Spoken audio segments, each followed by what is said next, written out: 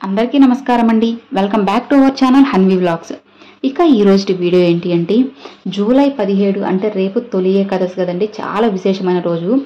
ఈ రోజు కనుక ఆడవారు ఈ రంగు చీర కట్టుకున్నట్లయితే మీ 7 జన్మల పాపాలన్నీ తొలగిపోయి మీ భర్తకు ఆయుష్ అనేది పెరిగి మీ సంపద కూడా రెట్టింపు అవుతుందన్నమాట. అంత శక్తి అనేది ఉంటుంది రేపు మీరు ఈ రంగు చీర అనేది కట్టుకోవడం వల్ల. రేపు చాలా విశేషమైన రోజు. ఈరోజు చాలామంది కూడా చాలా ఘనంగా పూజలు అనేవి చేసుకుంటూ ఉంటారనమాట ఈ తొలి ఏకాదశి రోజు. ఈ తొలి ఏకాదశి రోజు విష్ణుమూర్తికి చాలా ఇష్టమైన రోజు. ఆ రోజు ఆయనకి పసుపు రంగు పువ్వులన్నా పసుపు రంగుతో ఆ రోజు ఏం చేసినా కూడా చాలా ప్రీతికరం అన్నమాట. వెంకటేశ్వర స్వామిని కూడా రేపు పూజిస్తూ ఉంటారు చాలామంది. చాలా అంటే ఎలాంటి పిండి వంటలు చేసి పెట్టాలి, భగవంతుని ఎలా అలంకరించుకోవాలి అని చెప్పి ఎన్నెన్నో చేసుకుంటూ ఉంటారనమాట. ఆ రోజు మీరు పొద్దున్నే అంటే సూర్యోదయానికన్నా ముందే లేచి ఇల్లంతా నీట్గా క్లీన్ చేసుకొని దేవుడికి ఉంటే మీ ఇంట్లో ఫోటో ఉన్నట్లయితే విష్ణుమూర్తికి పసుపు రంగు పూలతో అలంకరించుకొని పసుపు రంగుతో ఏదైనా నైవేద్యం చేసి పెట్టండి ఫ్రెండ్స్. అంటే పులిహోర కానివ్వచ్చు, గారెలు కానీ, ఇలా ఏదైనా కానీ పసుపు రంగుతో ఏదైనా నైవేద్యం అనేది సమర్పించుకొని, ఇక మేము అంత కూడా చేయలేమంటే ఒక బెల్లం ముక్కైనా దేవుడికి నైవేద్యంగా పెట్టి మీరు పూజ అనేది చేసుకోవచ్చు అనమాట. ఒకవేళ మీకు తులసి ఆకులు దొరికినట్టయితే తులసి ఆకుల మాల అనేది కూడా సమర్పించండి. వెంకటేశ్వర స్వామికైనా కూడా మీరు పూజ చేసుకోవచ్చు. ఇక తొలి ఏకాదశి రోజు ఆడవారు ఏ రంగు చీర కట్టుకోవాలి అంటే పసుపు రంగు చీర అండి. విష్ణుమూర్తికి పసుపు రంగు అంటే చాలా ఇష్టం అండి. పసుపు రంగు చీర కట్టుకొని మీరు పూజ చేసుకున్నట్లయితే మీకున్న కర్మలన్నీ కూడా త్వరగా తీరిపోయి మీకు అష్టైశ్వర్యాలు అయితే సిద్ధిస్తాయి అన్నమాట.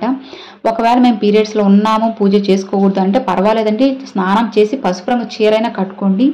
పూజ చేయకపోయినా కానీ పర్వాలేదు, కానీ ఆ రంగు చీరని మాత్రం ఖచ్చితంగా ఆడవాళ్ళు కట్టుకున్నట్లయితే మీ భర్త ఆయుష్ రెట్టింపు అవుతుంది.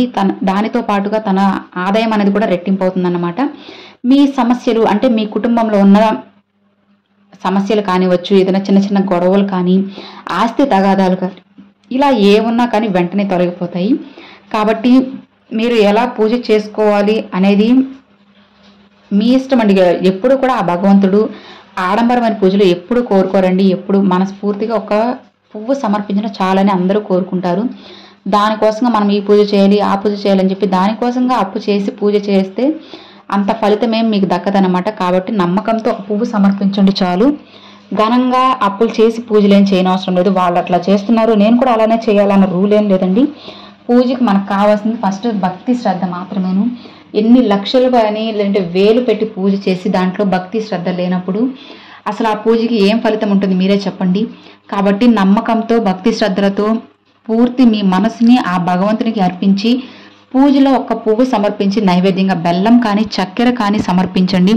అది కూడా లేదన్నా మంచినీళ్ళు సమర్పించినా కూడా మీకు మంచిగా జరుగుతుంది అన్నమాట. ఈ చిన్న పూజని చేసుకోండి, చాలా సింపుల్గా ఈజీగా కూడా అయిపోతుంది. పసుపు రంగు పూలతో సమర్పించుకొని ఆ భగవంతుని అలంకరించుకొని పసుపు రంగు నైవేద్యం వీలైతే పెట్టండి. లేదంటే బెల్లం కానీ చక్కెర కానీ మంచినీళ్ళని సమర్పించుకొని పసుపు రంగు చీరను కట్టుకోండి ఫ్రెండ్స్. మీకు ఖచ్చితంగా మీకున్న సంపద అనేది రెట్టింపు అవుతుంది అనమాట.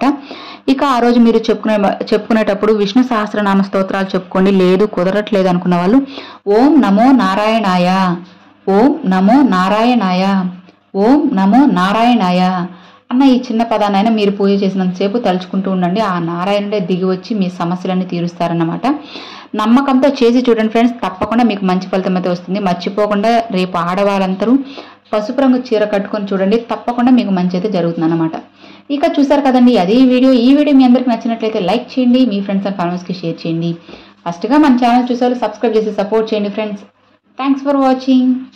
జై వారాహి.